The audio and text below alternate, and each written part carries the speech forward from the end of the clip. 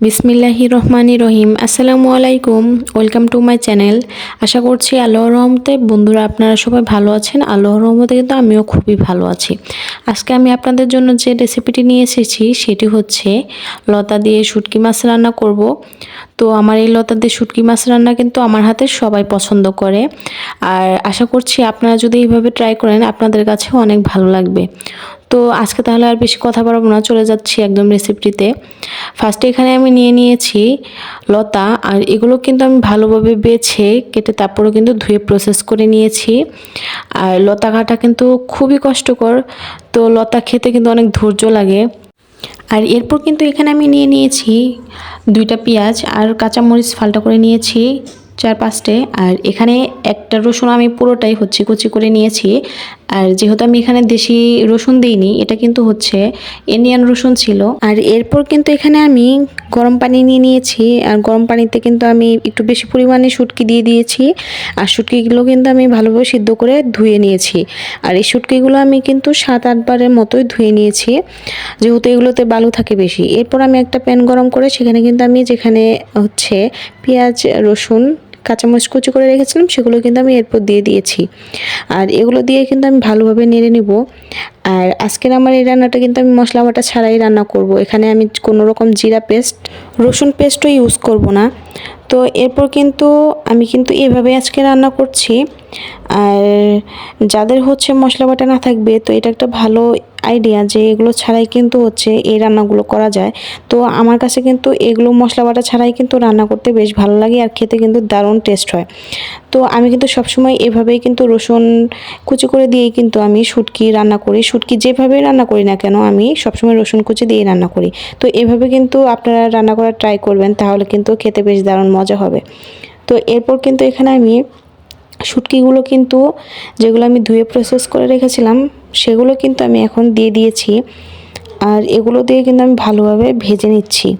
যতক্ষণ না পর্যন্ত শুটকিগুলো কালার চেঞ্জ হয়ে আসছে ততক্ষণ পর্যন্ত আমি এগুলো ভালোভাবে ভেজে নিব। তো এখন কিন্তু কালারটা চেঞ্জ হয়ে এসেছে, তোমরা কিন্তু দেখতে পাচ্ছ। তো এভাবে কিন্তু আমি ভেজে নেই। আর কাঁচামরিচগুলো কিন্তু হচ্ছে পরে দিলেই কিন্তু ভালো হয় যখন মশলাগুলো দিয়ে কষানো হবে। তো এরপর কিন্তু এখানে আমি নিয়ে নিয়েছি স্বাদমতো লবণ, হলুদ, ধনিয়া গুঁড়া, এগুলো 1/2 চা চামচ করে নিয়েছি। আর শুকনো মরিচের গুঁড়োটা আমি এখানে নিয়েছি 1 চা চামচের মতো। আর এরপর কিন্তু এইগুলো আমি এখন দিয়ে দিব। দিয়ে দেওয়ার পর কিন্তু আমি ভালোভাবে নেড়ে চেড়ে অল্প পরিমাণে এখানে আমি পানি দিয়ে তারপর কিন্তু আমি কষিয়ে নিব। তো এটা কিন্তু ভালোভাবে কষাতে হবে, যে কোনো রান্নায় কিন্তু মশলাগুলো ভালোভাবে কষাতে হয়। তো কষানোতে কিন্তু আলাদা একটা টেস্ট আসে। তো এগুলো কিন্তু আমি ভালোভাবে এখন কষিয়ে নিচ্ছি। তো কালারটা কীরকম চেঞ্জ হয়ে আসতেছে তোমরা কিন্তু দেখতে পাচ্ছ। মশলায় থেকে যখন তেলটা ছেড়ে দিবে তখনই বোঝা যাবে যে মশলাগুলো কষানো হয়ে গিয়েছে। এরপর কিন্তু ধুয়ে রাখা লতাগুলোই কিন্তু আমি দিয়ে দিচ্ছি। এগুলো দিয়ে কিন্তু আমি ভালোভাবে নেড়েচেড়ে কিন্তু এখন আমি কষিয়ে নিব। তো লতার কালারটা কেমন এসেছে তোমরা কিন্তু দেখতে পাচ্ছ। আমার এই রেসিপিগুলো যদি তোমাদের কাছে ভালো লেগে থাকে অবশ্যই কিন্তু একটি লাইক, সাবস্ক্রাইব, কমেন্ট করে পাশে থাকবে। আমি যেভাবে রান্না করতেছি এভাবেই আসলে কিন্তু তোমরা যদি ট্রাই করো তাহলেই কিন্তু মজা লাগবে, পারফেক্টভাবে করতে পারবে, না হলে কিন্তু এরকম টেস্ট কিন্তু আসবে না। তো আমি কিন্তু বলতেছি খেতে কিন্তু দারুণ মজা হয়েছিল। আর আমার হাতের প্রায় সব রান্নাই কিন্তু অনেক মজা লাগে।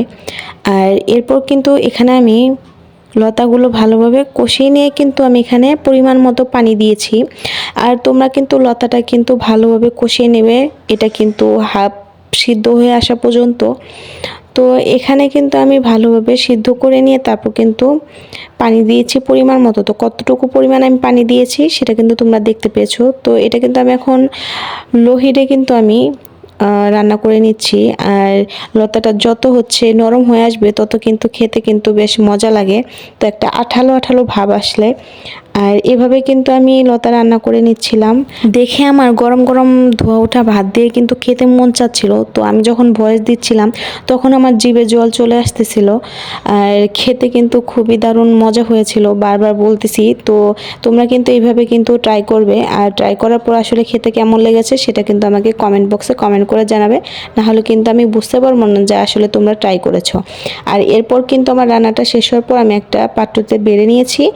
আর অল্প একটু ভিডিও করে নিয়েছি, আর দেখতে কিন্তু অসাধারণ সুন্দর লাগছে। নেক্সট ভিডিওর নোটিফিকেশন পাওয়ার জন্য বেল আইকনটি বাজিয়ে রাখবে। আর আমার এই ভিডিওগুলো ভালো লাগলে অবশ্যই একটি লাইক করবে। আশা করছি ভিডিওটি অনেক ভালো লেগেছে তোমাদের কাছে। আর কে কে লতা রান্না খুবই পছন্দ করো, আমার এই ভিডিও কমেন্ট বক্সে কমেন্ট করে কিন্তু জানাবে। আমার এই ভিডিও কিন্তু এই পর্যন্তই। আজকে তাহলে ভালো থাকবে, সুস্থ থাকবে বন্ধুরা। নেক্সট ভিডিও পাওয়ার জন্য অবশ্যই বেল আইকনটি বাজিয়ে রাখবে। আল্লাহ হাফেজ।